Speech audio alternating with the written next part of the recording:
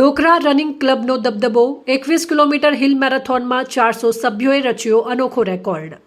આબુથી mount Abu સુધી 8મી દાદી પ્રકાશમણીજી half Abu મેરેથોનનું આયોજન કરવામાં આવ્યું હતું। 21 કિલોમીટરની હિલ મેરેથોન ભારતની પડકારજનક હિલ મેરેથોનમાંની એક માનવામાં આવે છે। આ કઠિન દોડમાં ડોકરા રનિંગ ક્લબના અંદાજે 400 સભ્યોએ એકસાથે ભાગ લઈને અનોખી સિદ્ધિ હાંસલ કરી હતી। તમામ સભ્યોએ નિર્ધારિત સમયમાં 21 કિલોમીટરની દોડ સફળતાપૂર્વક પૂર્ણ કરી સર્ટિફિકેટ અને મેડલ મેળવ્યા હતા। સૌથી ગૌરવની બાબત એ રહી હતી કે ડોકરા રનિંગ ક્લબના તમામ 400 સભ્યોએ સફળતાપૂર્વક 21 કિલોમીટર હિલ મેરેથોન પૂર્ણ કરી હતી।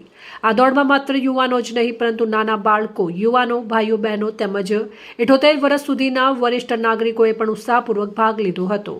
વિવિધ ઉંમરના દોડવીરોએ સાબિત કરી બતાવ્યું કે દોડવા માટે ઉંમર નહીં પરંતુ જુસ્સોની જરૂર હોય છે।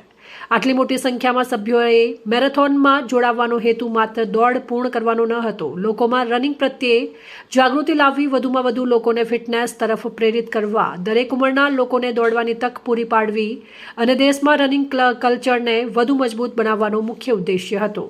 આ સમગ્ર અભિયાન પાછળ સતત મહેનત અને માર્ગદર્શન આપનાર ડોકરા રનિંગ ક્લબના ફાઉન્ડર કર્ણ બ્રહ્મભટ્ટે જણાવ્યું હતું કે આ વર્ષે ભલે લગભગ 400 લોકો 21 કિલોમીટર હિલ રનિંગમાં જોડાયા છે, પરંતુ આવતા વર્ષે આ સંખ્યા તેના કરતાં 3 ગણી કરવાનો સંકલ્પ છે। માત્ર એક વર્ષના સફરમાં ડોકરા રનિંગ ક્લબ સાથે હજારો લોકો રનિંગ સાથે જોડાયા છે। નાના બાળકો હોય કે યુવાનો, ભાઈઓ હોય કે બહેનો, નવા રનર્સ હોય કે અનુભવી દોડવીરો, દરેકને એક પરિવારની જેમ સાથે લઈને આગળ વધવાનો પ્રયાસ કરવામાં આવી રહ્યો છે।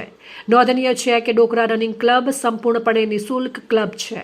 અહીં કોઈપણ પ્રકારની ફી લેવામાં આવતી નથી તેમજ લાઈફ ટાઈમ ફ્રીમાં મેમ્બરશિપ આપવામાં આવે છે।